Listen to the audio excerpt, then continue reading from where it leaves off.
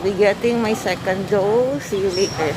So, same process gihapon siya like before sa akong first dose. So, this is my second dose. So, I'm already here in the vaccination site. So, magpila sa po, taas kaayo for sure. So, see you later.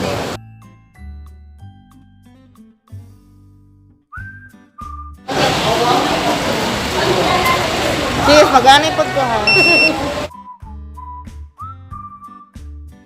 Sir, ate ka rin hatag og number. Char.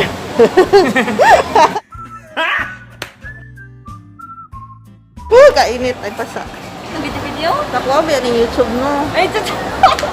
Gi-video man ako ang first dose, second dose naman Dali, hi karon. ko sa yung video, okay? Ha, mag-hi ka? Hi. So I'm already here inside the clinic. I already done fill up the consent form. This one. I'm kinda nervous, but I can do this. I'm nervous because I have an extraction of tooth yesterday. It's still healing. I'm pretty sure I'm gonna be okay on receiving the vaccine. So this is the venue where I will get into my vaccine inside the clinic of the University of Mindanao. 1, 2, 3, 4. So ito, apat. Tangan natin.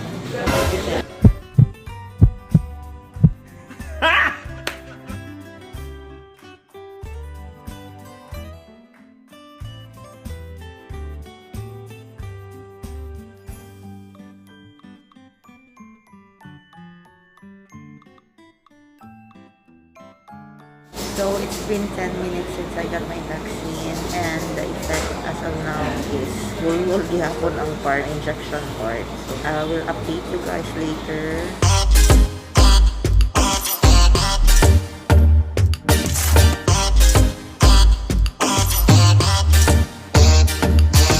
Few moments later.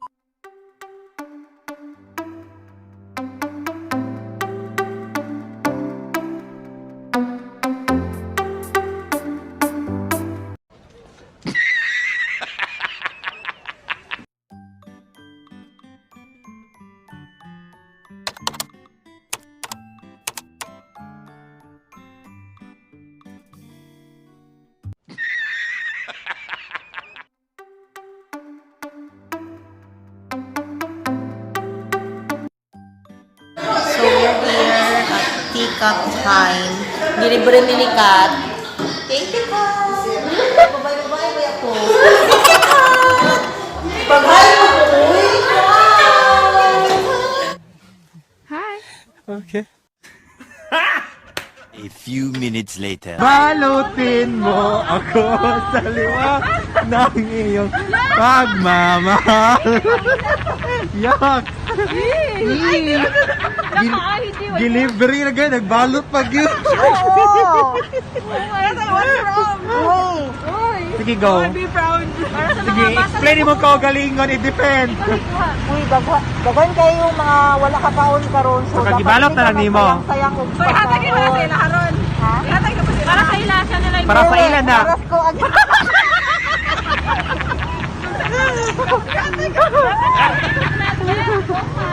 Day 2. It's been 48 hours, 2 days since I got my vaccine. The effect that I am experiencing up to now is that the injection part is still ngul-ngul. O medyo siya kanang bugat.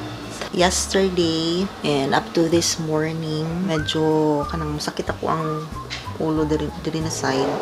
I don't know if that is also the effect of the vaccine or the effect of the ngul-ngul kay giiptan bi ako og ngipon tong Monday before getting the vaccine. So far, kato lang ako na experience na ko na effect. Nakalimot ko og update sa inyo ha, mga amigo amiga. Yesterday, kailangan na dyan ako mo-attend atong banding time na mo sa mga beaches. Kay kung dili daw ko mutong ha, friendship over.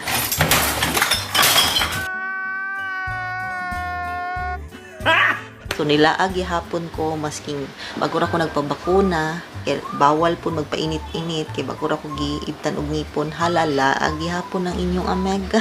Walang magkakapigil. So again, thank you kay Kat sa iyang paglibre sa mua. Next time, makadaog na pud ka, madam, librihan na pud me. Availers.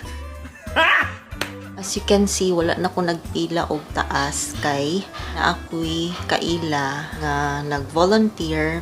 personnel pod siya, nakitan ko niya. So, dito na ko diretso sa clinic para mas dali o malesen na pod ang pila dito sa gym kay para mas paspas ang process. So, di ba? Hayahay, inyong amiga. Thank you, Sir Dave.